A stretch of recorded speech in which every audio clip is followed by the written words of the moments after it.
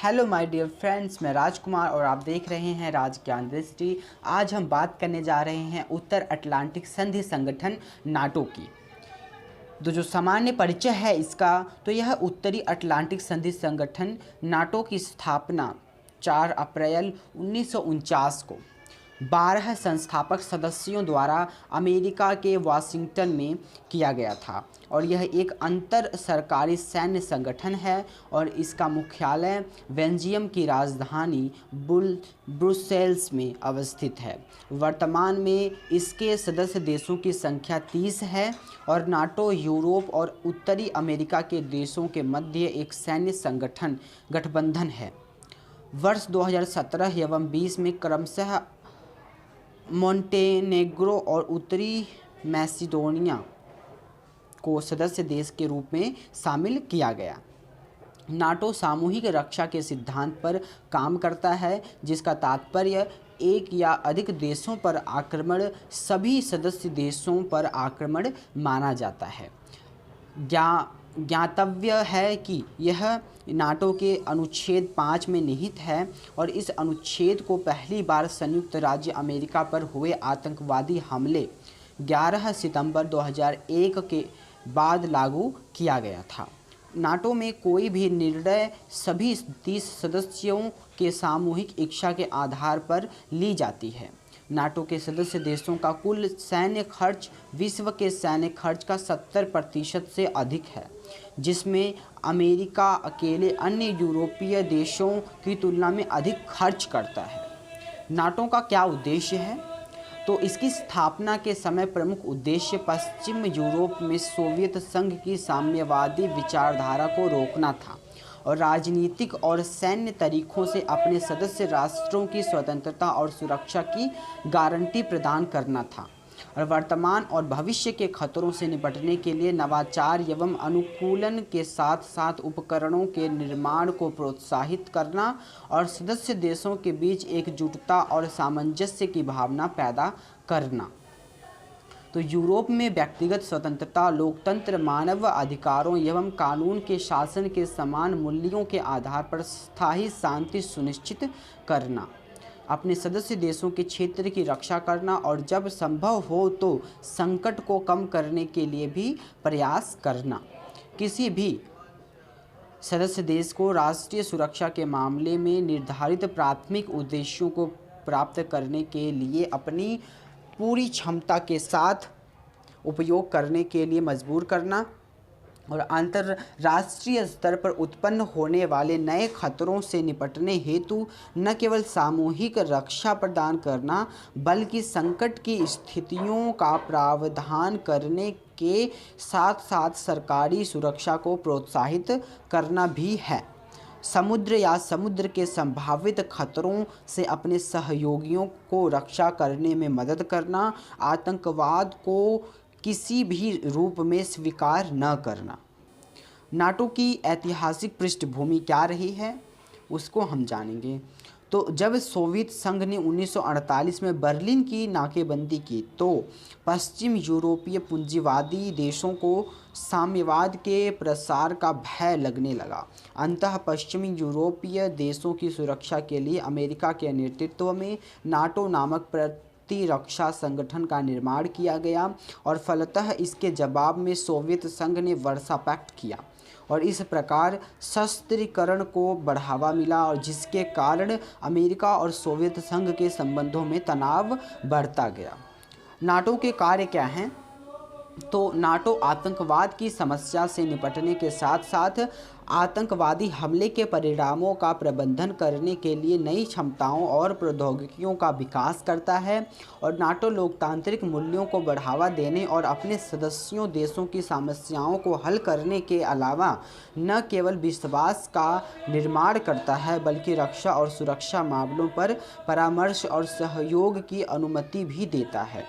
NATO शांतिपूर्ण तरीके से विवादों को हल करने के लिए राजनयिक प्रयास करता है। यदि ये प्रयास विफल होता है तो उसे इस प्रकार के संकट प्रबंध कार्यों को करने के लिए सैन्य शक्ति का भी प्रयोग करना पड़ा है। नाटो के मुख्य कार्य क्रमशः सामूहिक सुरक्षा, संकट प्रबंधन और सहकारी सुरक्षा है, जिसे वर्तमान राजनीतिक अवधारणा 2010 के अंतर्गत निर्धारित किया जाता है। नाटो निःशस्त्रीकरण, हथियारों के नियंत्रण और इसके अप्रसार के लिए वचनबद्ध है और इस प्रकार यह गठबंधन के सुरक्षा उद्देश्यों की उपलब्धि के साथ साथ रणनीतिक स्थिरता और सामूहिक सुरक्षा के लिए भी एक आवश्यक योगदान देता है। नाटो के अभियान और मिशंस क्या क्या रहे हैं उसको हम जानेंगे। तो नाटो संकट प्रबंधन सैन्य अभियानों और मिशनों की एक विस्तृत श्रृंखला में शामिल है। नाटो वर्तमान में अफगानिस्तान, कोसोवो और भूमध्य सागर में काम कर रहा है। नाटो अफगानिस्तान में गैर युद्ध मिशन का नेतृत्व कर रहा है, जिसके माध्यम से अफगानिस्तान के सुरक्षा बलों और संस्थानों को प्रशिक्षण, सलाह और सहायता प्रदान करता है। नाटो ने ISAF अंतर्राष्ट्रीय सुरक्षा सहायता बल का नेतृत्व अगस्त 2003 से दिसंबर 2014 तक संयुक्त राष्ट्र के जनादेश के तहत किया था और इसके बाद जनवरी 2015 में संकल्प सहायता मिशन शुरू किया गया। अफगानिस्तान में संकल्प सहायता मिशन के माध्यम से निम्नलिखित कार्यों में योगदान किया जाता है। योजनाओं को समर्थन प्रदान करना। जो इसके और अन्य कार्य हैं वह है योजनाओं को समर्थन प्रदान करना, प्रोग्रामिक और बजट पारदर्शिता और जवाबदेही सुनिश्चित करना, कानून के शासन और सुशासन के सिद्धांतों को बढ़ावा देना। इसके अलावा बल उत्पादन, भर्ती, प्रशिक्षण, प्रबंधन और कर्मचारियों के विकास करना। अफगानिस्तान में शांति लाने के लिए एक समझौता, यह है नाटो का प्रतीक चिन्ह। और नाटो अफगानिस्तान में शांति लाने के लिए एक समझौता किया गया। तो 18 वर्षों से अधिक चले संघर्ष पश्चात 29 फरवरी 2020 को अमेरिका और तालिबान ने अफगानिस्तान में हाल ही में शांति के लिए एक समझौता किया पर हस्ताक्षर किए। अगर आतंकवादी इस समझौते को बरकरार रखते हैं तो नाटो सहयोगियों और अमेरिका 14 महीने के भीतर सभी सैनिकों को वापस लेने पर सहमति जताई है। तो समझौते के तहत आतंकवादी अल कायदा या किसी अन्य चरमपंथी समूहों को जिन्हें भी वे नियंत्रित करते हैं उन क्षेत्रों में काम करने की अनुमति नहीं देते पर सहमत हुए हैं। नाटो ने जून 1999 से कोसोवो में शांति और स्थिरता को मजबूत करने के उद्देश्य से शांति सहायता अभियान का नेतृत्व किया। कोसोवो में एक KFOR कोसोवो फोर्स का भी गठन किया गया है, जिसका उद्देश्य सुरक्षित वातावरण स्थापित करना, सार्वजनिक व्यवस्था और सुरक्षा बनाए रखना है। हाल ही में KFOR ने कोविड-19 के खिलाफ लड़ाई में मित्रोविका उत्तर और मित्रोविका दक्षिण में निजी उपकरण के तौर पर सामान उपलब्ध कराया है। वर्ष 2018 में नाटो ने इराक में इसके सुरक्षा बलों, रक्षा और सुरक्षा संस्थानों और राष्ट्रीय रक्षा अकादमियों की क्षमता के निर्माण के लिए एक प्रशिक्षण मिशन शुरू किया, लेकिन वर्तमान में मध्य पूर्व तनाव के कारण जनवरी 2020 की शुरुआत में फील्ड प्रशिक्षण गतिविधियों को अस्थायी रूप से निलंबित कर दिया गया था। इस मिशन का उद्देश्य इराक में अपने सुरक्षा बलों को मजबूत करना और आतंकवादी समूह ISIL या DAESH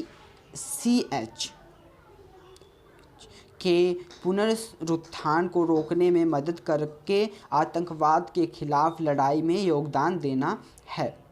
इराक यूरो अटलांटिक क्षेत्र के बाहर के देशों में से एक है जिसे अक्सर वैश्विक भागीदार कहा जाता है, जिसके साथ नाटो विकासशील संबंधों के लिए प्रतिबद्ध है। नाटो की सर्वोच्च प्राथमिकताओं में से एक समुद्री सुरक्षा है, जिसके लिए नाटो ने सी गार्जियन नाम से एक समुद्री सुरक्षा अभियान शुरू किया, जिसे उत्तरी अटलांटिक परिषद के निर्णयों के अनुसार वर्तमान में इसे भूमध्य सागर में तैनात किया गया है, जहां समुद्री सुरक्षा कार्यों से संबंधित 7 कार्यों में से 3 पर ध्यान केंद्रित करता है।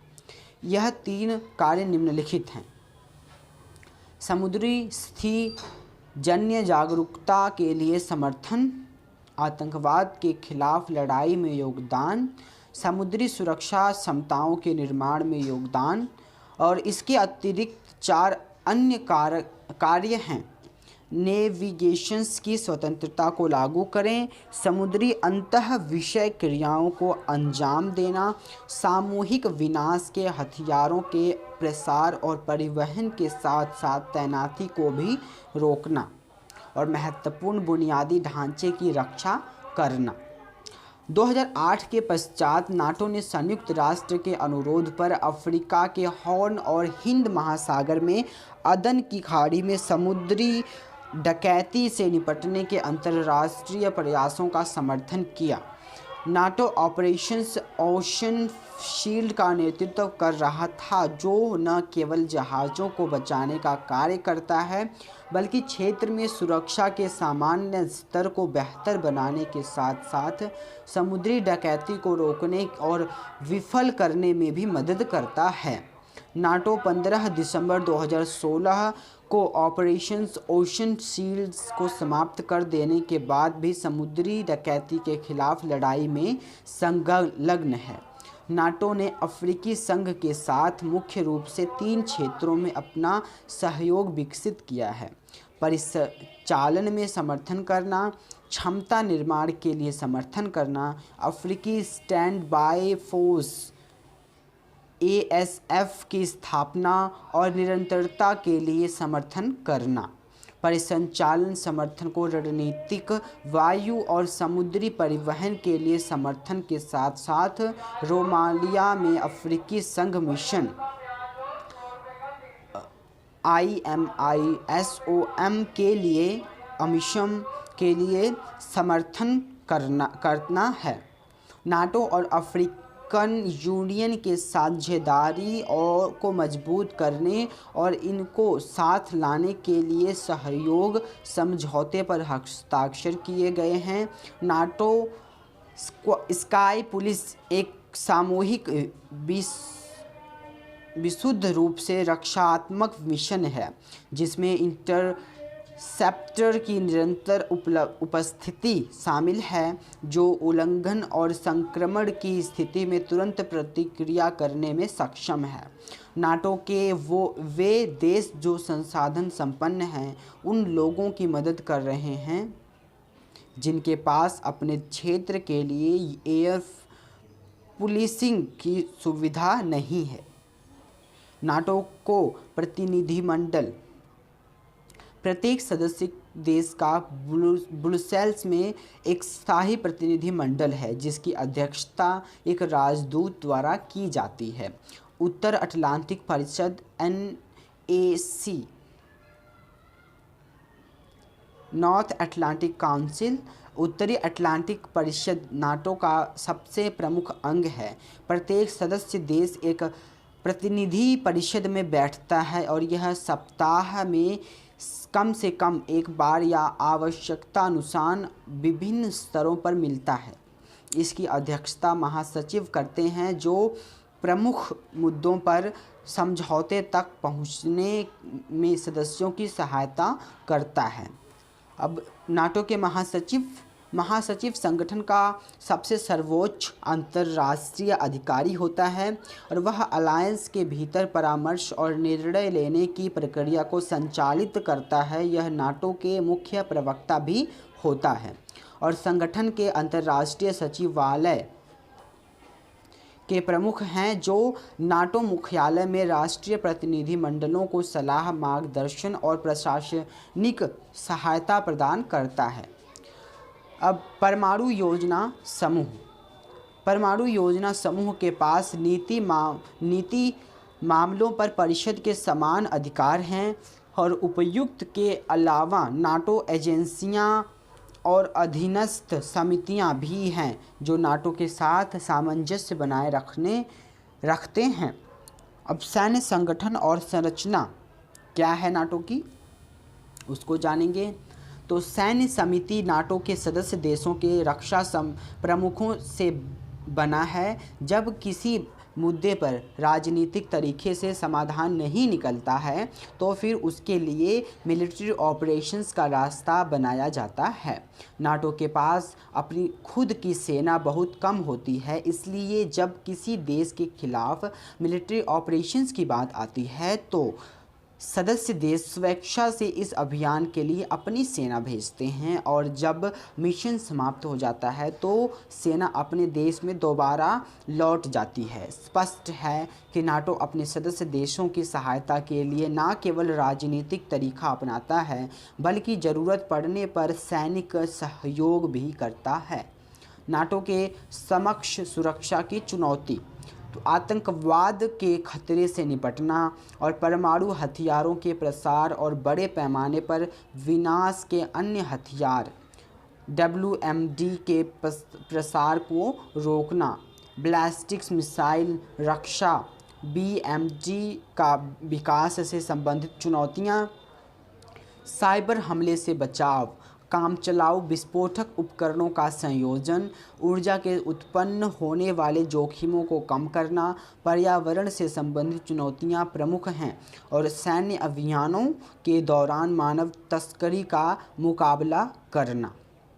नाटो और भारत के क्या संबंध हैं उसको हम समझेंगे। भारत नाटो का सदस्य देश नहीं है, लेकिन अमेरिकी सीनेट ने भारत देश को नाटो सहयोगी देश का दर्जा देने के लिए विधेयक पारित किया है। अंततः अमेरिकी सीनेटर ने हथियार निर्यात नियंत्रण अधिनियम arms exports control act AECA में संशोधन की मांग की। इसके पहले अमेरिका यह दर्जा इजराइल और दक्षिण कोरिया को दे चुका है।